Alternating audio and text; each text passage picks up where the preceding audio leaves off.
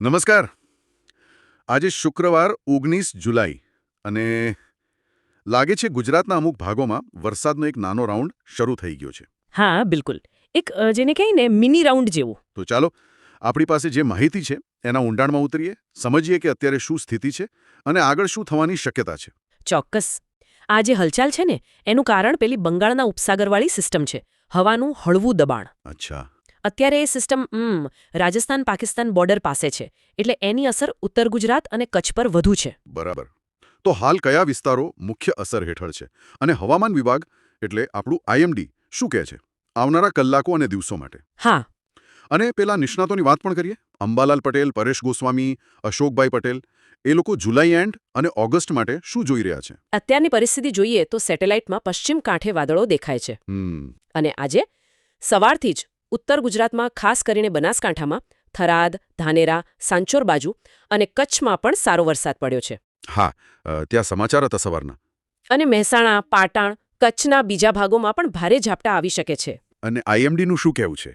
કોઈ એલર્ટ જેવું? હા, આઈએમડીએ આજે કચ્છ અને સૌરાષ્ટ્રમાં હળવાથી મધ્યમ વરસાદની શક્યતા વ્યક્ત કરી છે. કચ્છમાં અમુક જગ્યાએ ભારે વરસાદ પણ થઈ શકે. કેટલા વિસ્તારમાં? લગભગ 50થી 70% વિસ્તારમાં. એટલે જ ગુજરાત માટે યલો એલર્ટ છે. યલો એલર્ટ એટલે સાવચેત રહેવાનું. હા, નજર રાખો અને સાવચેત રહો. અને રાજસ્થાન માટે તો ઓરેન્જ એલર્ટ છે. ત્યાં સ્થિતિ વધુ ગંભીર હોઈ શકે. અચ્છા, એટલે આજે મુખ્ય ફોકસ કચ્છ અને ઉત્તર ગુજરાત પર.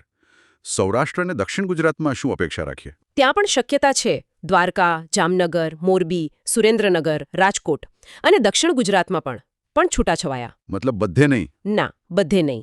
હળવાથી મધ્યમ ઝાપટા, લગભગ 50% વિસ્તારોમાં. પણ કચ્છમાં છે ને ગાજવીજ સાથે પવન પણ રહી શકે, 30-40 કિલોમીટરની ઝડપે. ઓહ. તાલુકાઓની વાત કરીએ તો હા. રાપર, ભચાઉ, ગાંધીધામ, માંડવી, ભુજ આ બધા કચ્છના. પછી ઉત્તર ગુજરાતમાં હિંમતનગર, પાટણ, મહેસાણા. સૌરાષ્ટ્રમાં સુરેન્દ્રનગર, હળવદ બાજુ. અચ્છા. કચ્છમાં લોકલી ક્યાંક 3-4 ઇંચ જેવો વરસાદ પણ પડી જાય તો નવાઈ નહીં. 3-4 ઇંચ? હા. એ તો નોંધપાત્ર કહેવાય. આ તો થઈ આજની વાત. પણ આ મિની રાઉન્ડ લાંબો ચાલશે? આઈએમડી પ્રમાણે આવતીકાલે 20 જુલાઈએ પણ અસર રહેશે. રાજ્યના 25% ભાગમાં છૂટો છવાયો વરસાદ. 21 તારીખે મુખ્યત્વે ઉત્તર અને મધ્ય ગુજરાત. હા. પણ પછી 22થી 24 જુલાઈ સુધીમાં આ રાઉન્ડ પૂરો થઈ જશે એવું લાગે છે. હવામાન સૂકું બનશે. એટલે 3-4 દિવસની વાત છે. હા, મુખ્યત્વે થોડો ઘણો છૂટો છવાયો વરસાદ કદાચ રહે, પણ મોટો રાઉન્ડ પૂરો. અને પેલી સિસ્ટમ જે રાજસ્થાન પર છે એનું શું? એ કઈ તરફ જશે? પહેલા અરબી સમુદ્રની વાત હતી. હા, એમાં થોડો બદલાવ આવ્યો છે. પહેલા એવું લાગતું હતું કે અરબી સમુદ્ર કે પાકિસ્તાન તરફ જશે, પણ હવે લાગે છે કે એ ઉત્તર ભારત તરફ આગળ વધશે. અચ્છા. પણ એ અરબી સમુદ્રમાંથી ભેજ તો ખેંચી જ રહી છે, એટલે એની અસરથી આજે પણ ગુજરાતના દરિયાકાંઠાના વિસ્તારો છે, સૌરાષ્ટ્ર, કચ્છ, દક્ષિણ ગુજરાત, ત્યાં છૂટાછવાયા વરસાદની શક્યતા રહેશે. બરાબર. હવે અહીંયા થોડી ગૂંચવણ ઊભી થઈ છે. નિષ્ણાતોના મત થોડા જુદા લાગે છે, ખાસ કરીને જુલાઈના અંત માટે. અંબાલાલ પટેલ શું કહે છે? હા, અંબાલાલભાઈનું વિશ્લેષણ થોડું લાંબા ગાળાનું અને વધુ તીવ્રતાવાળું છે. એ દક્ષિણ ચીન સમુદ્રની સિસ્ટમ અને બંગાળની ખાડીની આવનારી સિસ્ટમને જોડી રહ્યા છે. એમ? હા, અને એમના મતે 24થી 30 જુલાઈ વચ્ચે ગુજરાતમાં વરસાદનો એક મોટો રાઉન્ડ આવશે.